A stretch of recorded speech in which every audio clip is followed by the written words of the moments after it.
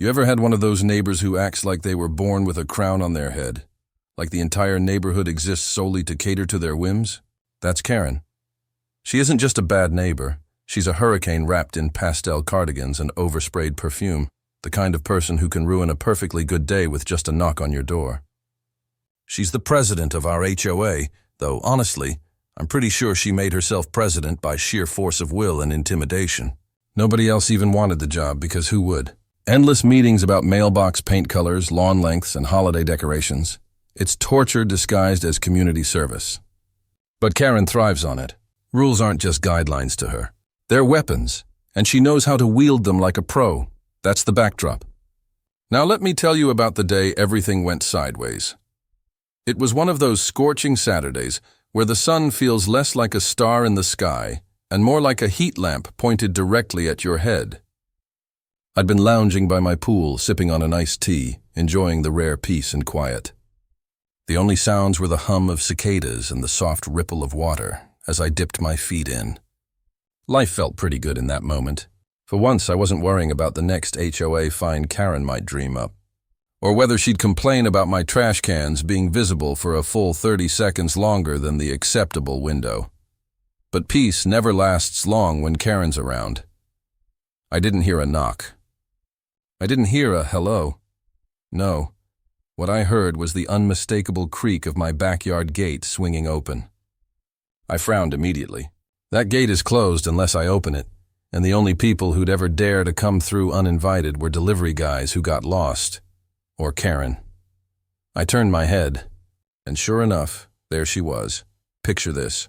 Oversized sunglasses that practically covered half her face, a sun visor that screamed suburban royalty, and a clipboard tucked under her arm like she was there to conduct an inspection. She walked into my backyard with all the entitlement of someone stepping into their own personal resort. Her nose wrinkled slightly, like she was inspecting the air quality, and then she adjusted her sunglasses with 2 fingers before speaking. "We're hosting a party tonight," she declared. Not asked, declared, like it was an official HOA announcement. I blinked, half expecting her to laugh. Surely she didn't mean what it sounded like. Good for you?" I said, confused. Karen didn't smile.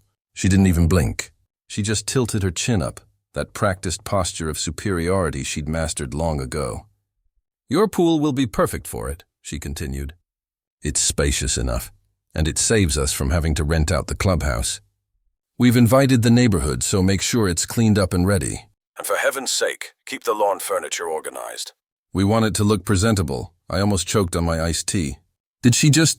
No, she couldn't possibly.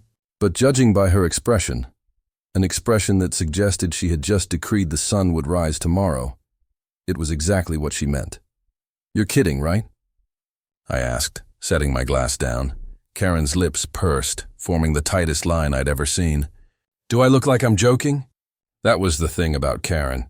She always thought she was doing you a favor, even when she was walking all over you. She had this uncanny ability to make her demands sound like obligations you had signed up for without ever realizing it. And the scary part? Most people just gave in. They nodded, smiled, and let her bulldoze right through. Because fighting her was like arguing with a tornado, but I wasn't most people. "Karen," I said slowly, like I was talking to a child, "this is my pool.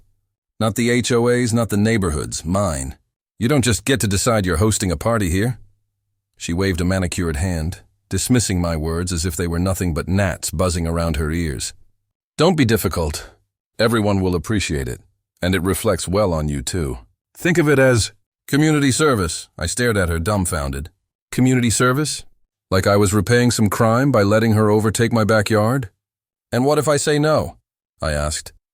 Karen lowered her sunglasses just enough so I could see her eyes, sharp, cold, calculating. "Then," she said sweetly, "I'd hate for the HOA to take a closer look at some of your compliance issues." There it was. The threat. She always had one tucked neatly in her back pocket. Maybe it would be my hedges growing an inch too tall. Maybe it would be my trash cans being visible from the street. Maybe it would be the color of my shutters, which she'd insisted once were too faded, even though they were the exact shade approved in the bylaws. Karen could find an infraction anywhere if she wanted to, and she wanted to The audacity of it nearly made me laugh, nearly. Instead, I leaned back in my chair and crossed my arms. Karen, with all due respect, actually scratch that, with no respect. You're out of your mind. This isn't happening, she gasped like I'd just insulted royalty. Excuse me? You heard me. There's no party here tonight. End of discussion. Karen's face went through several shades of red, like a stoplight cycling through malfunctions. She opened her mouth, closed it, then opened it again. Finally, she adjusted her sunglasses back up to cover her eyes, straightened her visor and gave me a smile so fake it could have been printed off a Hallmark card. You'll regret this, she said softly. Then she turned, heels clicking against my patio as she walked back toward the gate. She didn't slam it shut. She didn't need to. The air itself felt heavier after she left, like she'd sucked all the oxygen out of it and replaced it with pure tension. I sat there for a long moment, staring at the rippling water in my pool, trying to process what had just happened. The nerve of that woman, the sheer, unfiltered audacity. Who waltzes into someone's backyard and demands their pool like it's a communal utility? Who organizes a party around something they don't even own? Karen, that's who.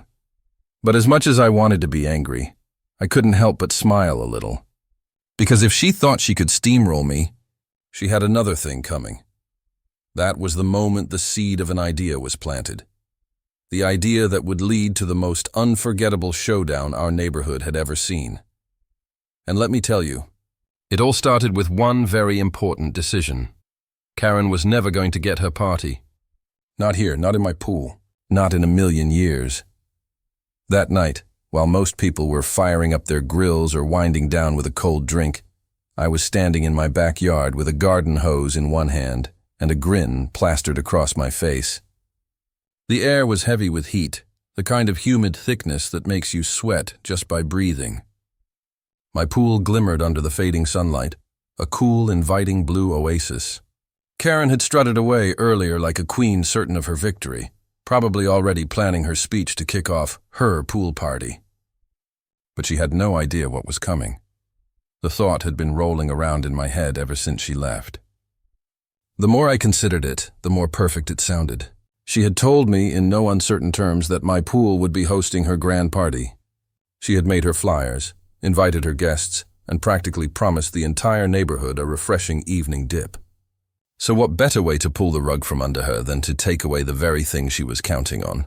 Revenge, I decided, didn't need to be loud. It just needed to be clever. I twisted the valve and let the water run, not into the pool but out of it.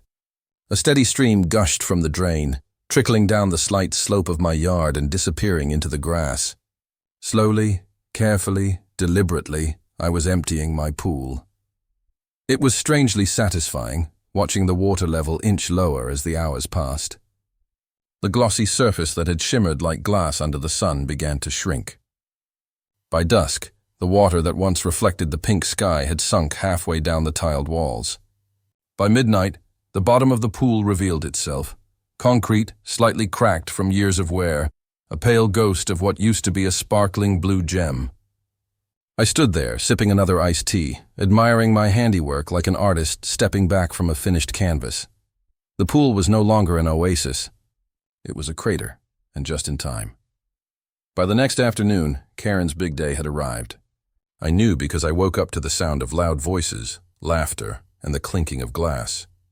From the corner of my window, I could see cars lining both sides of the street, shiny SUVs and sedans spilling into driveways. People in shorts, sundresses, and flip-flops filed down the sidewalks, carrying towels, sunscreen, and coolers filled with drinks. Some were even wearing swimsuits under their clothes.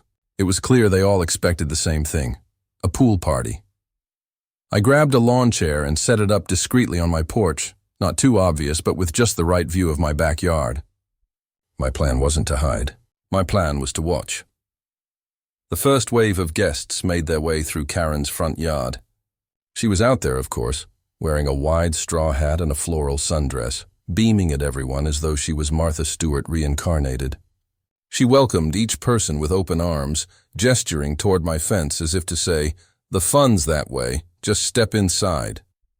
That was the moment I realized the true extent of her arrogance. She hadn't even told people it was my pool. She had claimed it outright, presenting it as her own backyard amenity. She was walking around with that smug hostess energy, like she had pulled off the neighborhood event of the year.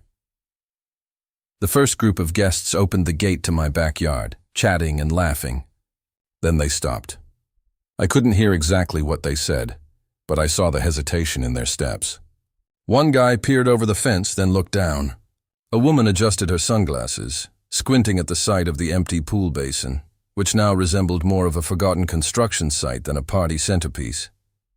Their voices rose. Confusion spread. Soon, more people filtered in behind them, only to be greeted with the same disappointing view. The laughter died down. Whispers replaced it. Heads turned back toward Karen's house, searching for an explanation. I wish I could describe the look on Karen's face when she finally marched through the gate herself. It was like watching a magician pull a rabbit out of a hat, only to find a dead pigeon instead. Her jaw dropped. Her arms stiffened. Her entire body language screamed disbelief, as though her mind simply refused to process the image of an empty, bone-dry pool where her party centerpiece was supposed to be. She turned on her heel, scanning the yard until her eyes landed on me. I was sitting there in my chair, cool as can be, sipping a drink with a straw. I gave her a little wave. "What did you do?" she shrieked, her voice so loud it made several guests flinch. I set my glass down on the armrest and leaned back. "What does it look like, Karen?" "I drained it. You ruined everything," she screamed. Her hat tilted dangerously as she pointed a shaking finger at me. "I invited the whole neighborhood. I promised them a party. Do you have any idea how humiliating this is?" I raised an eyebrow. "Sounds like a you problem." Gasps rippled through the crowd.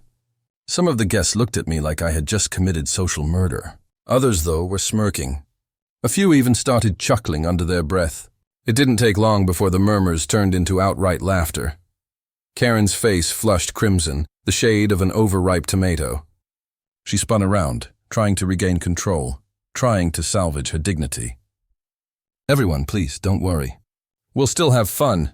The pool doesn't matter. There's music and food." "Karen," one man interrupted, shaking his head. "You literally said it was a pool party." "Yeah," another woman added. "My kids are in swimsuits. What are they supposed to do, splash around in the grass?" The crowd's tone shifted from amusement to annoyance. Parents looked irritated, kids started whining, and adults muttered about wasted afternoons. Some turned back toward their cars.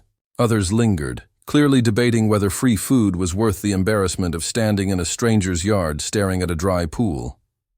Karen's composure cracked. She stomped over to me again, practically foaming at the mouth. "Fill it back up, now!" I laughed out loud.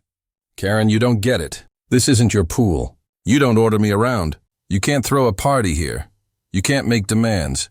And you sure as hell can't threaten me with HOA nonsense every time you don't get your way." Her hands balled into fists at her sides. "You are despicable." "And you," I shot back, "are trespassing." The crowd oohed like kids at a playground watching a fight escalate. Someone actually clapped. Karen was trembling, her jaw working furiously as though she wanted to spit out 100 different insults but couldn't find the right one. Finally, she let out a strangled scream and stomped back toward her house, barking orders at her bewildered guests. But I wasn't done yet. "Hey everyone," I called out. Heads turned. For the record, Karen never asked me about this party. She decided she was entitled to my pool, and she lied to all of you. So if you're mad, don't blame me. Blame her. That sealed it. The tension shifted entirely onto her. Guests began trickling out, shaking their heads. I heard snippets of conversation. "Unbelievable." She said it was hers. Classic Karen. Within half an hour, most of the cars were gone, and the party had dissolved into nothing more than an awkward huddle of her closest allies, trying desperately to reassure her that things weren't that bad. But they were. They were very bad. Because by then, her humiliation was complete. She had tried to parade her power, and instead she had been exposed as a fraud. And the best part? The night wasn't even over. Minutes after most of the guests had scattered, I heard the distant wail of sirens. The sound grew louder, echoing off the quiet suburban streets, until the unmistakable flash of red and blue lights danced across my driveway. I knew immediately who had summoned them. Karen, humiliated, desperate, and cornered, had made her final move. She had called the cops. The squad car rolled up slowly, like a shark gliding through calm waters. 2 officers stepped out, one tall with a neatly pressed uniform, the other shorter but with the kind of presence that made you want to straighten your posture. They looked around, their eyes scanning the quiet neighborhood, the empty cars, and finally settling on the cluster of people still lingering by Karen's house. Karen rushed forward the moment their boots touched the pavement. She was still wearing her sun hat, though now it was tilted at an odd angle, her hair frizzed from stress, and her dress slightly rumpled. The transformation was almost comical, like a queen who had been dethroned but refused to admit it. "Officers, thank goodness you're here," she cried, her voice pitched high with false sweetness. She pointed dramatically toward my backyard. "That man has vandalized property, sabotaged a neighborhood event, and endangered children by tampering with his pool." The taller officer scribbled something in a notepad, while the shorter one looked at me. I was still sitting in my lawn chair, drink in hand, calm as a monk in meditation. The sight of Karen flailing around while I lounged only added to the absurdity of the situation. "Sir," the shorter officer said, "mind explaining what's going on?" I stood up, stretching my arms as if I'd just woken from a nap. "Absolutely, officer. What's going on is that my neighbor here decided to plan a party in my backyard, without my permission. She told half the neighborhood to come swim in my pool, but since I never agreed, I drained it. End of story." Karen gasped, pressing a hand to her chest like she'd just been stabbed. "He's lying. This was a community event. The pool is supposed to be shared." "Shared?" I cut her off, my voice sharp enough to slice through her theatrics. "This isn't the HOA clubhouse, Karen. This is my private property. I pay for the water. I pay for the maintenance. I even skim the leaves myself. Do you see a community plaque anywhere? A sign that says public? No.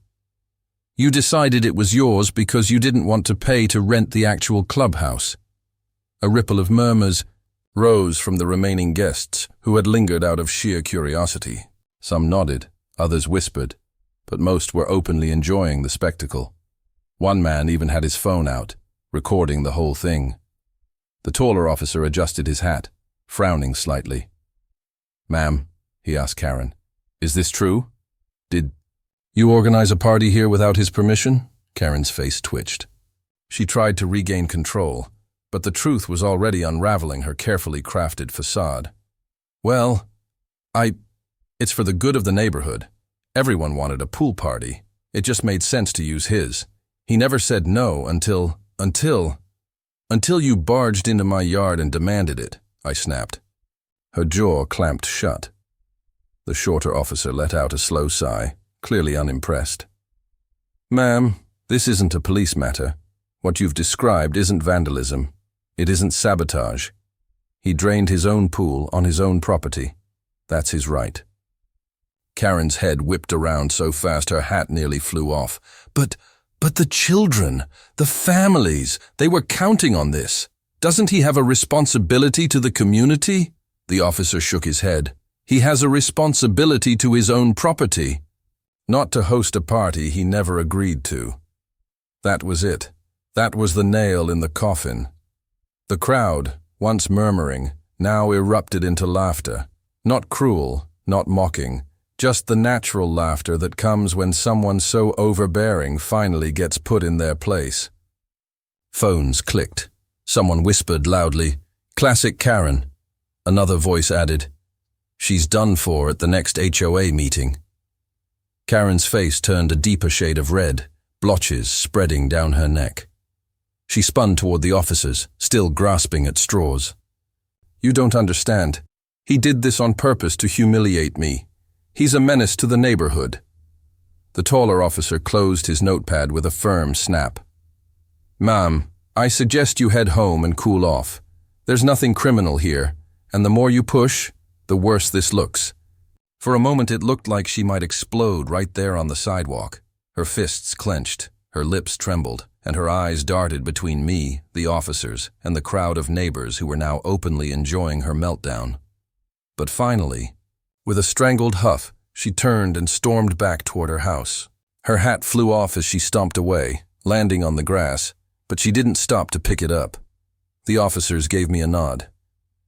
"Sorry to bother you, sir. Have a good night." "You too," I replied, raising my glass in salute. When they drove off, the laughter died down, but the energy remained. People began trickling away for real this time, shaking their heads, some patting me on the shoulder as they passed. One neighbor, a guy named Mark who lived 3 houses down, chuckled as he walked by. I never liked the woman, but man, that was beautiful. "Draining the pool. Genius." "Thanks," I said with a grin. Sometimes the simplest solution is the best one. As the sun dipped lower and the neighborhood grew quieter, I walked back to the edge of my empty pool. I looked down into the basin at the cracked concrete bottom and the faint smell of chlorine still lingering in the air. It wasn't just an empty pool anymore. It was a symbol. A reminder that sometimes you don't need to raise your voice, you don't need to fight fire with fire. You just need to pull the plug and let the problem drain away on its own. From that day forward, Karen was never the same. Oh, she still strutted around at HOA meetings, still tried to push her little rules, but her authority was cracked. People no longer looked at her with fear or resignation. They looked at her with smirks, with knowing glances, with the memory of the day she got humiliated in front of the entire neighborhood. She tried to fine me a few weeks later for leaving an empty pool uncovered. But that failed spectacularly too when the HOA lawyer reminded her that the bylaws didn't cover empty pools. After that, she gave up trying to mess with me directly. And me? I eventually refilled the pool, but I did it on my own time, slowly, carefully, savoring the quiet. Every splash of water felt like a victory, and when I finally swam in it again, it wasn't just refreshing, it was freedom. The best part was knowing that I didn't just win against Karen. I'd shown the whole neighborhood that she wasn't untouchable. She wasn't the queen she thought she was. She was just another neighbor with too much ego and not enough sense. And sometimes the only way to deal with people like that is to let them drown in their own entitlement without a drop of water in sight.